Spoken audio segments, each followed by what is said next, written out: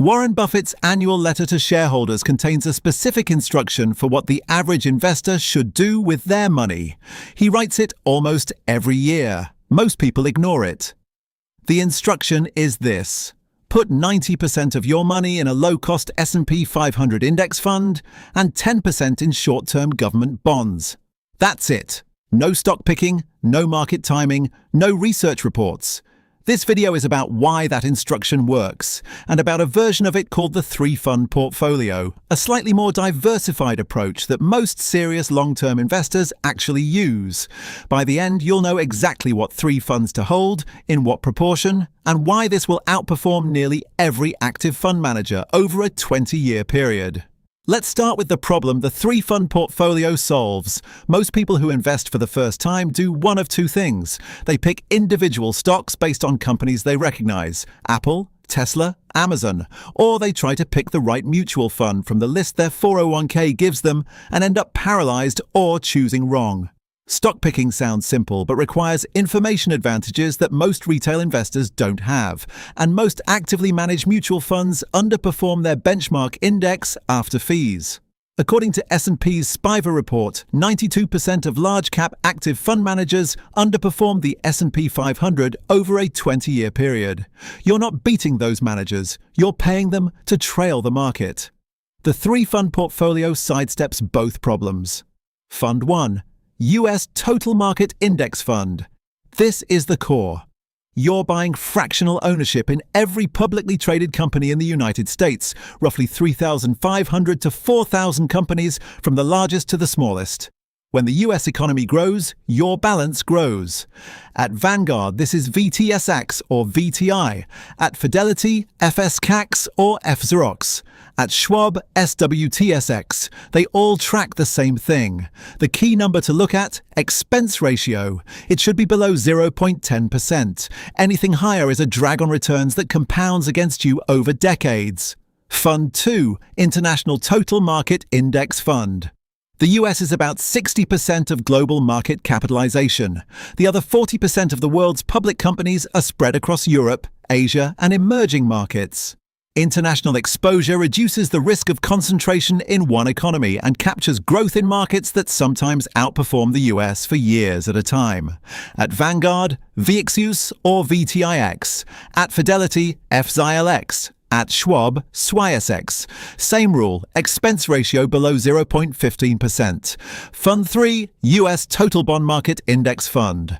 Bonds are loans to corporations and governments. They generate steady income and behave differently from stocks. When stocks fall sharply, bonds often hold value or increase. Including bonds in your portfolio reduces volatility, which matters most to people approaching retirement. At Vanguard, BND or VBTLX. At Fidelity, FXNAX. At Schwab, SCHZ. Now the question everyone asks: what percentage of each? Your allocation depends on two things: your age and your risk tolerance. The classic starting formula: subtract your age from 110. The result is your stock percentage. The rest goes to bonds. At 30, 80% stocks, 20% bonds. Within the 80% stocks, most people split it roughly 70-30 between US and international.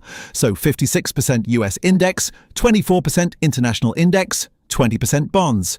At 40, 70% stocks, 30% bonds. Split as above: 49% US, 21% international, 30% bonds. At 55, 55% stocks, 45% bonds, shifting towards stability as retirement approaches. These are starting points, not rules. Someone with a high risk tolerance and a long time horizon can hold more stocks. Someone closer to needing the money should hold more bonds. What does this look like in practice? Jordan is 34. She earns $61,000 a year as a project manager in Denver. She has a Roth IRA at Fidelity. She opened 2 years ago and hasn't touched since because she didn't know what to buy. Jordan uses the formula: 110 minus 34 equals 76% stocks. She splits the stock portion 70-30 US to international. Her portfolio: 53% FSCAX, US total market, 23% FZLX, international, 24% FXNAX, bonds. She contributes $500 a month. She rebalances once a year to bring the allocation back to target. That's it. 2 hours a year, no stock news, no earnings calls, no anxiety. Over 30 years at a historical average return of 7% annually after inflation, her $500 per month becomes approximately $590,000. If she increases contributions as her income grows, which is likely, she reaches over $1 million. The 3 things that kill this outcome. Abandoning the plan during a downturn.